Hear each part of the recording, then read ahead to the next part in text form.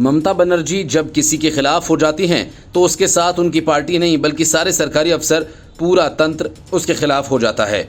पश्चिम बंगाल की सियासत ममता बनर्जी इन्हीं हथकंडों के सहारे चला रही हैं, लेकिन ममता बनर्जी की चापलूसी करने के चक्कर में कोलकाता के पुलिस कमिश्नर और डीसीपी दोनों बुरी तरह से फंस गए। कोलकाता के पुलिस कमिश्नर विनीत गोयल और डीसीपी के खिलाफ केंद्रीय गृह मंत्रालय ने बड़ा एक्शन लिया और इन दोनों के खिलाफ अनुशासनात्मक कार्रवाई शुरू कर दी गई है।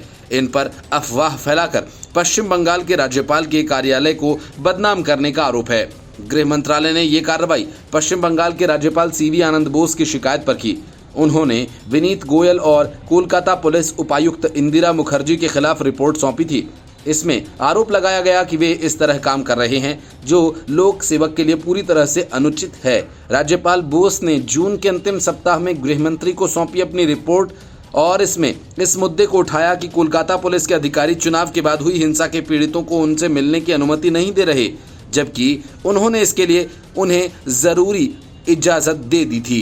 सीनियर अधिकारी ने कहा कि गृह मंत्रालय ने बंगाल के राज्यपाल बोस की ओर से प्रस्तुत विस्तृत रिपोर्ट के आधार पर आईएएस अधिकारियों के खिलाफ अनुशासनात्मक कार्रवाई शुरू की है। उन्होंने बताया कि शिकायती पत्र की कॉपी 4 जुलाई को राज्य सरकार को भेज दी गई थी। एक अधिकारी ने बताया कि बंगाल के राज्यपाल ने राजभवन में तैनात अन्य पुलिस अधिकारियों पर भी आरोप लगाए।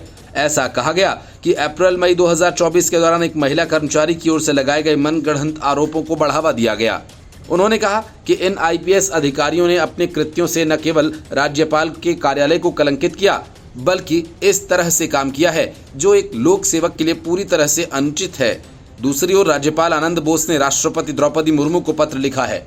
इसमें कहा गया कि विधानसभा अध्यक्ष की ओर से तृणमूल कांग्रेस के 2 नवनिर्वाचित विधायकों को शपथ दिलाना संविधान का उल्लंघन है। राज्यपाल ने राष्ट्रपति को पत्र तब लिखा था जब विधानसभा अध्यक्ष बिमान बनर्जी ने टीएमसी के 2 विधायकों को शपथ दिलाई, जबकि बोस ने इस काम के लिए विधानसभा के उपाध्यक्ष को अधिकृत किया था। राज्यपाल और ममता बनर्जी के बीच जारी जंग में ममता बनर्जी को पहला और बड़ा तगड़ा झटका लग ही गया। अब उन्हें अपने 2 करीबी अफसरों से हाथ धोना पड़ेगा, क्योंकि दोनों के खिलाफ जो आरोप हैं वे बेहद गंभीर हैं।